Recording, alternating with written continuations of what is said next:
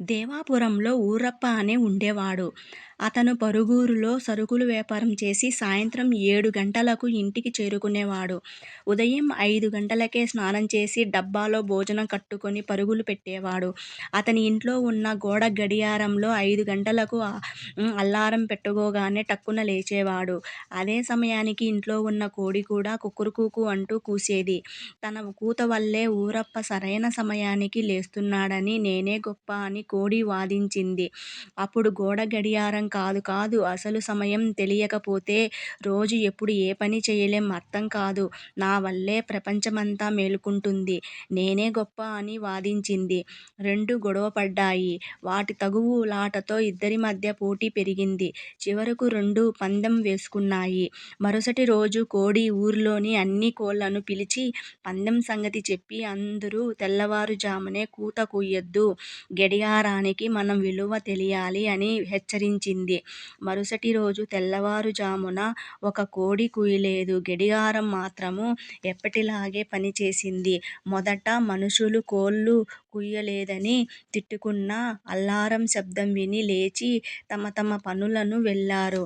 అయినా కోడి అంగీకరించలేదు. తన వల్లే సమయానికి లేచి వెళ్తున్నారని వాదించింది. గడియారం ఇంక చేసేదేమీ లేక తన గొప్పతనం తెలియాలని ఊర్లోని గడియారాలన్నిటినీ ఆగిపోవాలని చెప్పింది. గడియారాలన్నీ మరుసటి రోజు ముందుకు నడవలేదు. దాంతో గ్రామస్తులకు సమయం తెలియక 8, 9 గంటల వరకు నిద్రించడంతో పనులు అంతరాయం కలిగి వాయిదా పడ్డాయి. ఇది చూసి గడియారం చూడు, నా గొప్పతనం వల్లే మనుషులు రోజు టైం తెలుసుకుంటున్నారు. నేను ఒకరోజు పని చేయకపోతే వారి కష్టాలు ఎదురవుతాయి. ఇప్పటికైనా నేనే గొప్ప అని ఒప్పుకో అని హితవు పలికింది. కాదు కాదు అందులో నీ గొప్పతనం ఏమీ లేదు అని కోడి మళ్ళీ వాదించింది. ఇద్దరూ పోట్లాడుకుంటూ తమ పని చేయడం మానుకున్నారు. ఇది గమనించిన ప్రజలు వాటిని తిట్టుకుంటూ ఇంక టైం తెలియడానికి వాటిపై ఆధారపడకూడదని నిర్ణయించుకున్నారు. సూర్యుడు ఉదయించే సమయానికి రోజు లేచి తమ తమ పనులకు వెళ్ళసాగారు. సాయంత్రం సూర్యుడు అస్తమించే సమయానికి పనులు వదిలి ఇళ్లకు చేరుకునేసాగారు. ఇది గమనించిన కోడి, గడియారము ముక్కున వేలేసుకున్నాయి.